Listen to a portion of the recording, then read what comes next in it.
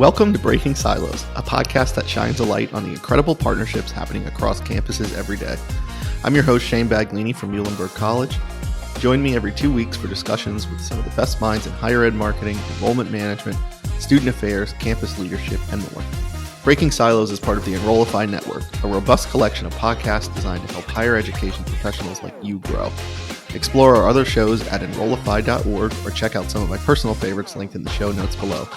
Enrollify is made possible by Element 451, the next generation AI student engagement platform, helping institutions create meaningful and personalized interactions with students.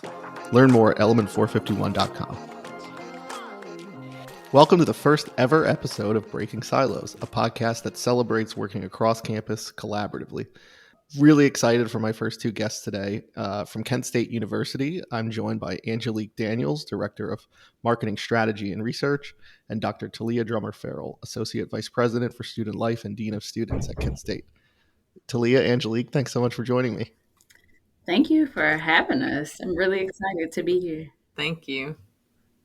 So I have to say that you two were kind of the inspiration for this podcast. I was lucky enough to be at your session at AMA back in November. So we're talking today about the really comprehensive and major mental health awareness campaign that Kent State University embarked on last year. And I think this is the perfect way to showcase partnerships across campus. Why was this project important to both of you? And talk about your partnership and how you got this kind of major initiative off the ground? And Angelique, I'll start with you. Really, it was the invite from Talea to be a part of the committee that was overseeing the mental health work that was happening at our campus. And there was a phase 1 and then there was a phase 2 of this work. And so being brought to the table on phase 2 of that work to have a marketing person kind of at the table was really how I got brought to the work and to begin this partnership. And then I would say what made it important was just the topic. I knew that we really could be impacting a lot of people on our campus, and I knew that it would span beyond just students. So mental health was a very important topic. I think a lot of things came to light during the height of the pandemic, and so I just saw this as an opportunity to be able to provide some relief to our campus community. And Talea, from a kind of, it sounds like a university-wide initiative standpoint, talk about why this was important to Kent State University. For me, it really hit home. At the time, I had only been in my role for just a little under 2 years.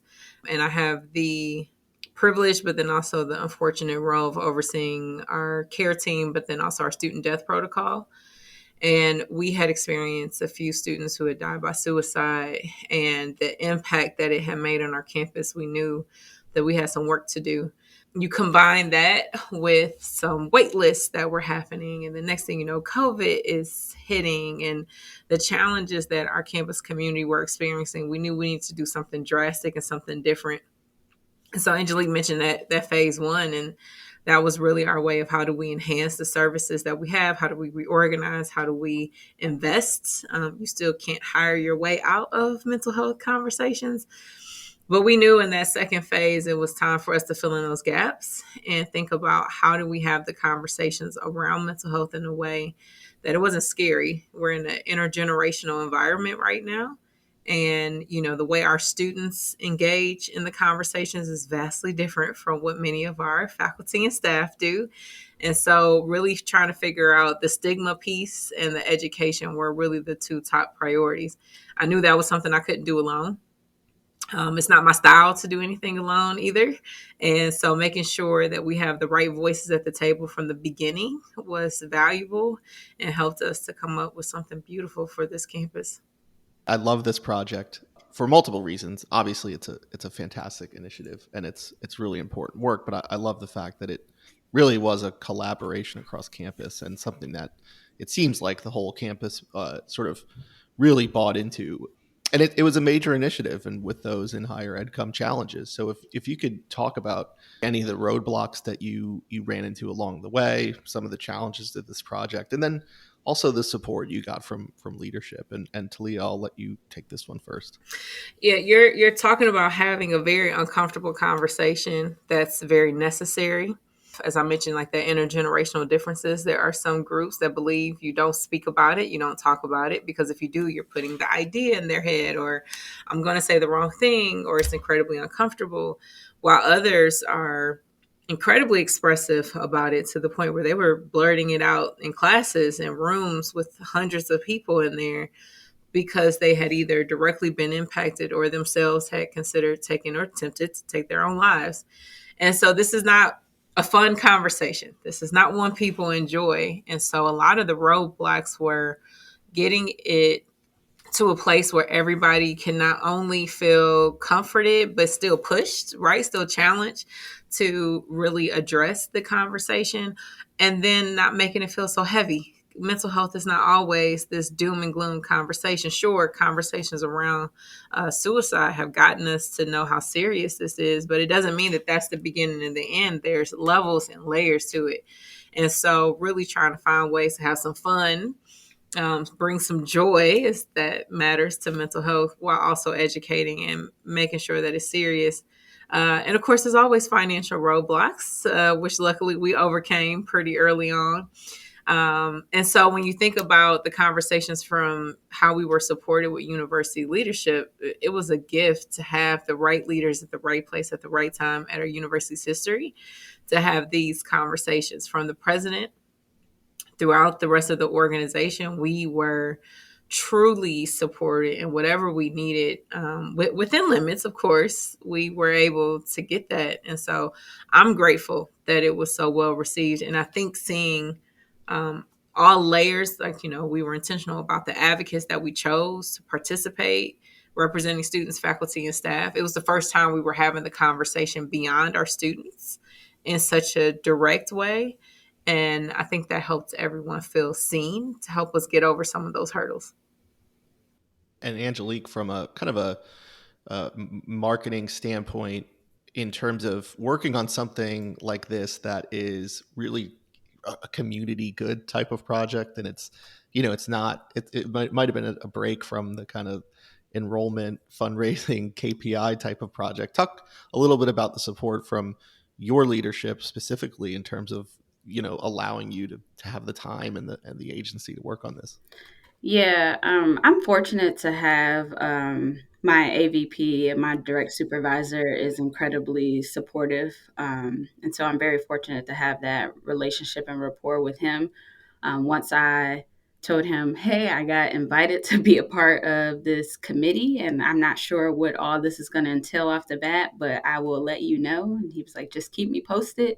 And as things evolved, I updated him and told him, from the beginning, I thought it was just going to be like a couple little things we would be charged with, and then I realized that it was going to evolve and be much bigger. Then I also realized that it was going to take longer than we had originally thought, because I think we knew that this work was so important that it needed to get done quick. And so we had a very aggressive timeline to start. And then we realized that we needed a little bit more time to really flesh out everything and make sure that we rolled it out in a strategic, impactful way. And so ended up having to allocate quite a bit of time to this.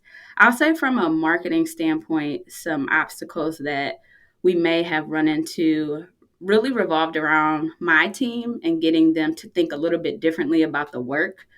This was one internal comms plan where normally we're focusing a lot of our efforts to external audiences. We were talking to our own people. We had a lot of things that we already knew about, but then there were a whole bunch of things that we didn't know about. So all the new resources and stuff that got created during phase one, we had little bits and pieces of understanding about, maybe didn't fully understand the ins and outs of all the ways that the work had been evolved and enhanced over the years of the pandemic. And so really getting my team to understand the level at which the work had, become and brought to, and then trying to also get them to think differently about how we approach the work because of the topic. With mental health, we had to make different considerations to things.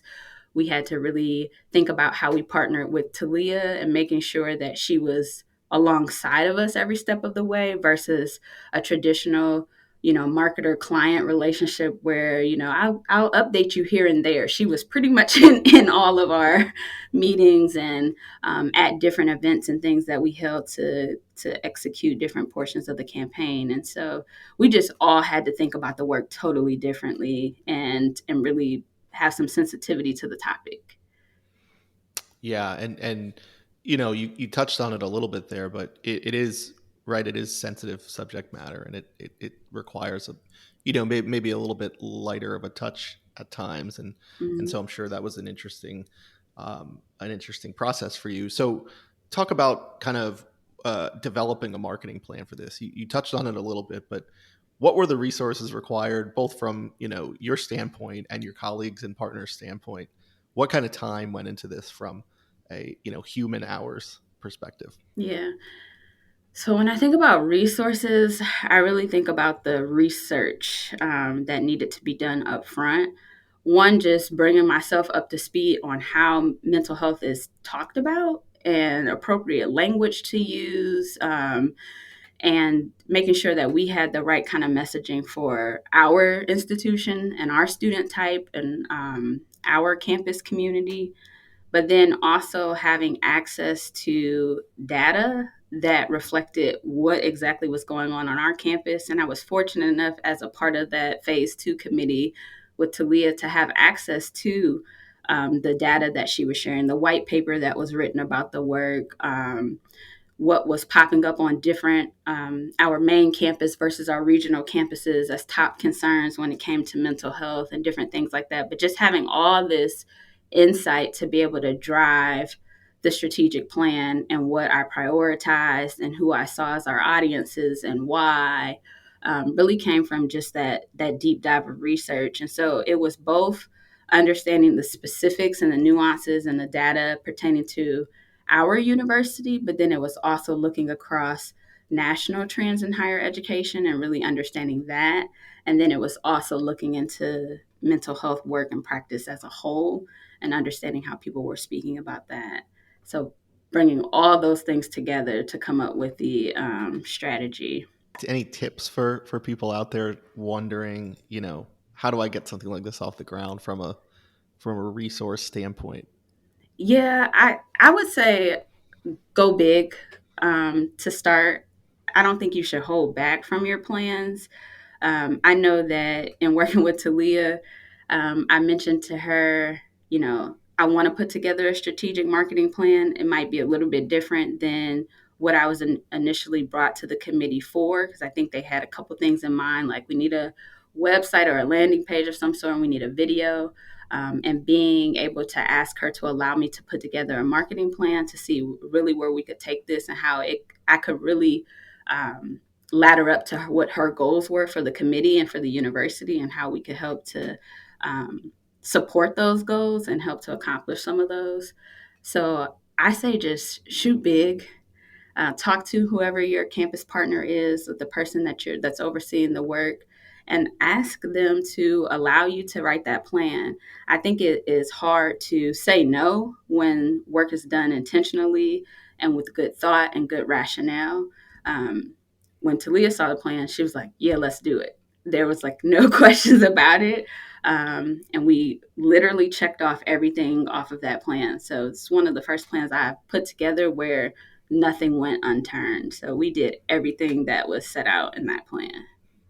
That's great. Yeah. It's great. It's a rare occurrence that, Very that rare. everything gets done in a large plan like that. Hmm. Well, that's great. And the other piece of this, especially watching your presentation at AMA, that I appreciated was the community involvement from a sort of faces of this campaign standpoint. And so, Talia, I want to talk to you about that. There were a large number of Kent State community members, students, faculty, staff involved in this project. Can you give us some background on that, and also like how they were chosen, and then kind of unique challenges or situations that you came across in that process? I would say the biggest unique challenge was the selection. And so I'm a very empathetic person, incredibly, which is so interesting in doing this work because it's heavy work. And so I often have to be very intentional with my own emotions and mental health as I'm navigating this work. So we did a call out. We utilized social media. We did do some email outreach to share that we're interested. We're doing a call out for advocates to be the face of this. We knew this wasn't something we wanted to just do, pictures of folks that we had. We wanted them to intentionally be a part of this for the right reason. So instead of us trying to find some random stock photo, what better way than to connect in with community members who have either had their own challenges, have experienced it with someone they love, or just an advocate for it in general, whether it's in their career or just something that means something to them. And to be able to share that. So we created a form when people filled it out. And the biggest part was, in addition to telling us a little bit about yourself, so that way we have a diversity from faculty, staff, students, alumni, from how they identify, their own lived experiences, but really the why. And that mattered so much, is to read their stories behind why they wanted to be a part of the campaign. One, it helped us to weed out the folks who had their own personal missions, right? Some of this you can fake, but for the most part, you cannot. And so we had some folks that wanted it for their own personal gains. But majority of our campus, no matter student, faculty, or staff member, or even alum, they were doing it for the right reasons. And when I tell you, I share with Angelique, one, we kept that information confidential. I didn't even share that with the marketing team, what people said. Only I knew what they said. And like the one person that helped me organize it, but then she made a thoughtful intention not to look at it because we wanted these stories, because people were pouring their hearts out. And I had to take some very thoughtful time as I read through these stories with my own emotions of just the power that came behind the things that they were sharing. And so it was hard to tell some folks no, right? Because we only have so many spots and we filled every spot. And I think I asked Angelique, can we get two more? Because these were amazing.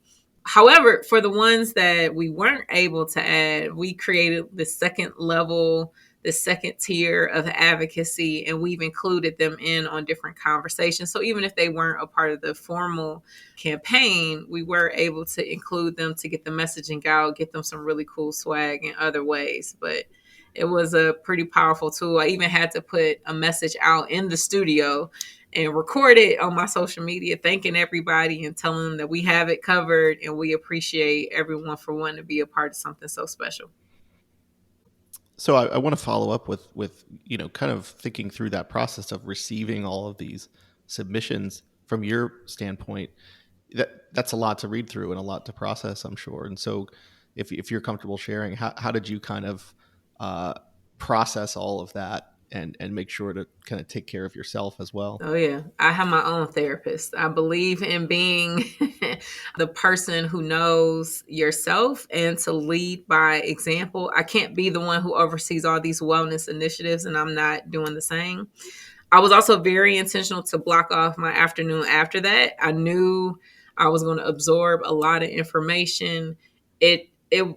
We in less than 24 hours, we had over 100 submissions, and they were still coming in. And it was wild to see how fast it happened and how quickly people were willing to share. And so, in addition to taking care of myself, hugging my daughter a little tighter that night, Yeah. and being really thoughtful about the rest of my evening and days after, all it did was motivate me more to know that we were on to something and that we were doing the right thing, because there were a lot of folks who were afraid that we wouldn't get anyone to be willing to be a part of it. And so to have such an overwhelming response, had to do some self-care, but also it put the battery pack in my back. And I told Angelique, I said, we're doing the right thing and it would be a gift to this campus. It's a great lesson for folks listening. Take care of yourself too, because these are not light subject matters. So I appreciate your willingness to share that. You eventually launched this initiative in conjunction with Mental Health Awareness Month. Tell us about some of the unique ways, activities, experiences. You highlighted a few in your presentation that I thought were really good. How did you get the campus community involved in this initiative? There was so much. I'm trying to think back. Well, first, let's just talk about launching the campaign across our Kent main campus, 7 regional campuses, and our campus abroad in Florence, Italy, simultaneously. So we were strategic in making sure that all of the campaign assets were held over. We have, like, at the beginning of October, a little fall break that's actually for mental health, I think, to It is. allow students to, like, get away for a second. Um, and so we knew we had those couple days in the beginning of the month where everybody would primarily be away from campus, where we could get those things up. But I knew that my team couldn't put everything up across all of these campuses, nor could we pay to have a vendor put every asset up. There were some things that we paid to have applied in certain spaces, but for the most part, it was reaching out to all of my colleagues across campus in every building. So we have a centralized unit here at Kent State of university communications and marketing, but then all of our colleges and departments typically have their own staffs. They might be a little smaller or whatnot. But so just reaching out to all of my peers and colleagues, asking them to help hang up these different things. So we had everything from bus stop clings that you can see both sitting inside of the bus stop and driving past the bus stop. We had door clings, we had mirror clings in the bathrooms, we had posters that were not only like your traditional 11 by 17, but we had like really big movie theater poster sizes to really captivate people in different places. We had napkin holder inserts. I don't know, there were so many different things. We had a actual 2-piece 3D display in the student center that has, I don't know how many sides all the way around, but it's like 2 L-shaped pieces that kind of face each other that you can walk through and around. So each side of that has something on it for the mental health campaign. Oh my The gosh! best one, Angelique. The bus wrap. So we wrapped an entire bus. So on our campus, we have a contract with the Portage County bus system. So they run routes on our campus and throughout neighboring cities around Kent. So we wrapped a bus for that. We That's did still running on campus, by the way. So we did so many things. So just really rallying everybody together to help to accomplish that. So it really made that impact when the students came back that following Monday that everything was out. Like you couldn't miss it. So many people were saying, how did y'all do this? It's everywhere. Like you just can't, miss it. You see it everywhere you go, from the bathrooms to the residence halls. We made sure we got the word out and got it all across our campuses. Angelique mentioned planning to have this in the spring, and our delay actually worked to our favor to do it during Mental Health Awareness Month, because then we got to tie it to all the events and activities that were happening throughout the month. And there was so much coverage around the work that we were doing that even the smallest events, like my event is the last event for the month, and it's on Halloween because I like to have fun, and it's Don't Ghost on Your Mental Health. And I had student reporters there. There were students who showed up to take pictures, and they were like, there's a few classes that are giving us extra credit for participating in Mental Health Awareness Month events. The campaign kicked off on World Mental Health Day, which was the 10th, and our library, which never changes its colors except for only like on federal holidays, I believe, actually changed the uplighting on the outside of the building to green after that Wow. event was over, and it stayed lit green all the way through the month of October. So even the smallest little events, there were green ribbons that everyone wore. And then all of our athletic teams were able to connect in. Any home team that had an event in the month of October, both our teams and the opponents had these sweatbands that they wore, or the little magnetic wristbands, and it had the green ribbon on it. And they took pictures and they helped us to promote it throughout the entire month of October. There's banners hanging up in our Mac Center, which is like our basketball, volleyball arena. I mean, it's when Angelique said it's everywhere, it was truly everywhere. And a part that I thought was so cool is that even our president, but then also all of our coaches and then just members of the community kept coming to get these green ribbons, and they were just wearing them all month. And even if you didn't know what was happening, which is hard to find someone, everybody was like, well, what does that mean? And so class presentations, I mean, we were on it, and it was really cool to see it all really work out in October. It was another opportunity that we had that wasn't on the, I wouldn't say it was on the top of my mind, but this is where my boss came back to play. We had a later homecoming this year than we typically do. So it was later in October. And I remember my boss came in my office one day. I was like, hey, have you thought about tying in the campaign to homecoming? I was like, no. Like at this point, I had enough on my plate. But I thought about it for a little bit. I was like, you know what? You're right. So I talked to Talea and she was on board. So getting all the athletes and the coaches and everything. But we had rally towels at homecoming. So we really got our alumni and neighboring community that comes to the game. We got them all involved with the mental health campaign. We had PA reads about it. We did advertising in our digital game day book, and I didn't even know that was a thing. But folks started to present us with other opportunities when they found out about what we were doing and wanting to be able to help to, elevate the work and spread the message and reach past just our, surrounding campus community. So we had lots of touch points and really got our reach out broader than I had even imagined it would go at first. So it was a ton. I mean, Talia found a way to get the bus in the parade for homecoming. So I mean, we were everywhere. Everywhere. Everywhere.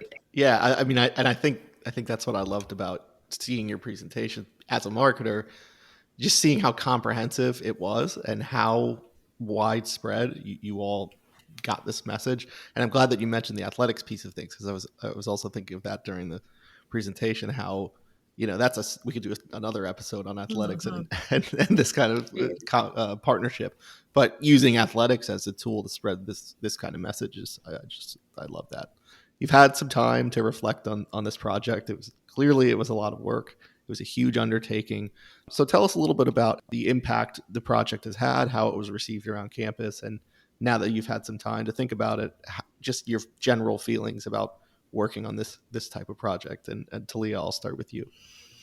Makes you realize how you are a part of something that's bigger than you, and that this is simply not just about us in this work, even though it's awesome that we get to talk about it. I'll be honest, it's amazing to be done with it. Angelique and I were exhausted. And by November, we were like, don't ask us for nothing.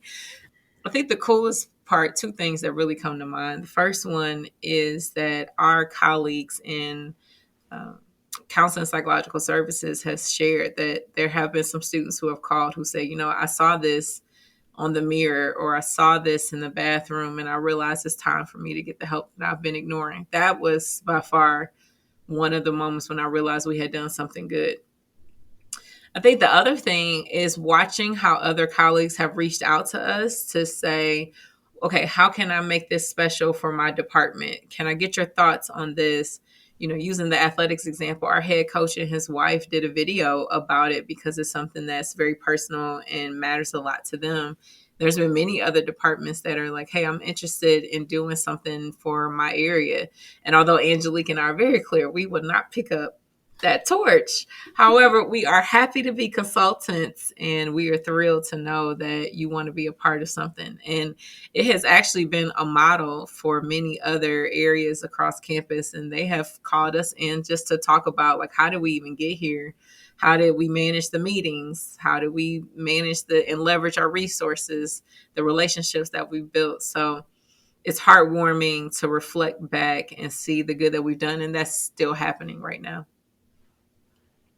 I don't know, as I sit back and reflect over the work, I mean, from a analytical data standpoint, I was able to actually see the impact right away looking at the website. So, a part of the campaign, we the first thing we did was launched a university-wide comprehensive mental health resources and support website. So it brought together every type of resource, training, education, awareness that we had across all of our campuses.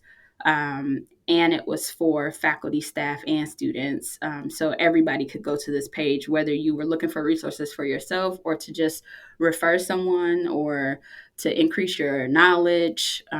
It's just a one-stop page. And so just being able to look at the web analytics on that and wanting to see, did the campaign have any impact for real? I looked at most recently September, right before the campaign launched. The activity around on the page was probably like a little under 1,000 views and probably a little over 1,000 clicks. So people actually taking action on the page. But when we launched the campaign in October, the views went up to over 4,000, and then the clicks went up to over 3,000. And so that let me know that not only were people taking notice to what was around campus and our messaging, but they were actually taking some action and going to the page and doing some things with it, whether it was learning about resources or actually getting connected to the ones that they were in need of. So I felt really good about that. I also took a lot of, I think, pride in the fact that we were very intentional about it. So not every piece was just, for awareness. There were some pieces that were focused around actual knowledge and literacy around mental health. That's primarily what the display in the student center was about. So really putting some literacy behind it, and really putting our university stance on how we feel about mental health and how we don't believe in the stigmas, and how we also think that it's nothing to be ashamed of and it's actually takes a lot of strength. And then we had a robust comms plan. So that's a part that I think gets left out of when people think about the flashy parts that they saw. We had some really pointed emails that came from a 3-person narrative. So there was Talea as the Dean of Students speaking to the university employees from her vantage point. There was the undergraduate student president who spoke from her vantage point to her peers. And then we also had the graduate student representative who spoke from their vantage point to graduate students to talk about how they go through mental health. So just bringing all these different voices and being able to share folks' stories beyond the campaign, I think, and seeing folks have voice and all of that really brought me a lot of joy. And then to see how well received it was across our campus community. So like Talea said, just for a marketer, it was a big win. To be able to have people finally say, how did you do that? And can we do something like that if we do a strategic plan, versus them coming to us with a bunch of tactics that they want us to do? They're taking a step back to allow us to create more marketing plans, largely in part due to Talea just buying into allowing me to make the plan, because we wouldn't have gotten that far without that. So I really appreciate her for that support and that advocacy, because that changed the landscape for how folks approach us with the work right now. It leads nicely into the last question that I have for both of you as we sort of wrap up our conversation here. I want to ask one piece of advice for marketers and non-marketers that might be feeling siloed in their position, advice on how to go about partnering with others on campus. So Angelique, I'll start with you first from the marketing perspective. I would say that as a marketer, you know your craft very well, and you have that insight and that expertise. And find that area of opportunity, whether it's with someone across campus, like a dean of students, for example, or whomever that has a very lofty goal, and ask time to sit with them if you're not being invited to those spaces, to talk to them about how your work can help support those goals. I think oftentimes our work is looked at in such a niche light, and folks think they know what they want from a marketer. But if you can really show them how you can elevate, the work to meet their goals, they might give you that time and bring you to the table earlier and more often. It's good advice. So I would say from a non-marketer is to lean into the difficulties of this process. Angelique and I have a phenomenal relationship, and that helps. So I would tag in if I can cheat, is to make sure you're building those intentional relationships and, again, leaning into it. This is a difficult topic. There were days that I had to tell her, I can't engage in this right now because I'm navigating a crisis across campus and I am not as effective as you want me to be today. I need like an hour. And to be able to have that, to be vulnerable enough to share that, while also allowing those experiences to inform our work and allow us to pivot. And if you are, as a non-marketer, have a team that's willing to let you into spaces such as, like, I'm behind the scenes in the photo shoot, for example, right? Because there's some soul and heart into this work that's necessary.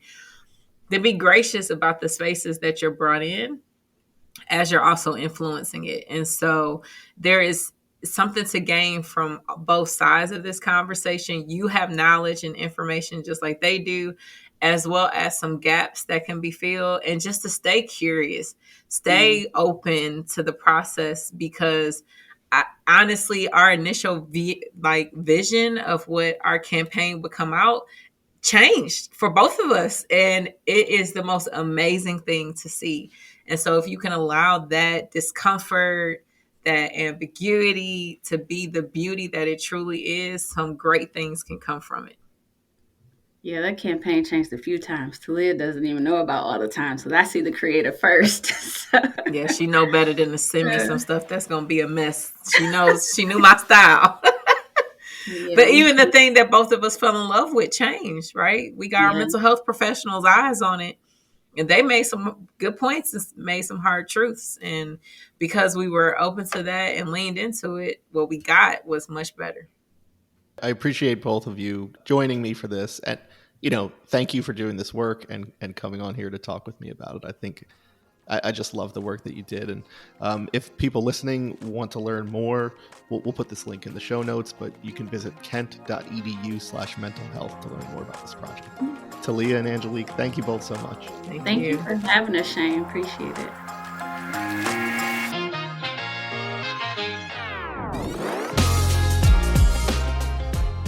Breaking Silos is part of the Enrollify podcast network. If you like this podcast, chances are you'll like other Enrollify shows too.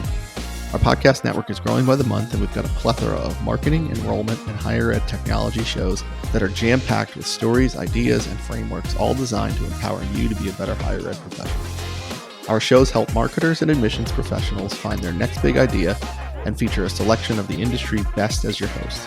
Learn from Dave Kibilds, Jenny Lee Fowler, Eddie Francis, and many more of your favorite leaders in higher ed.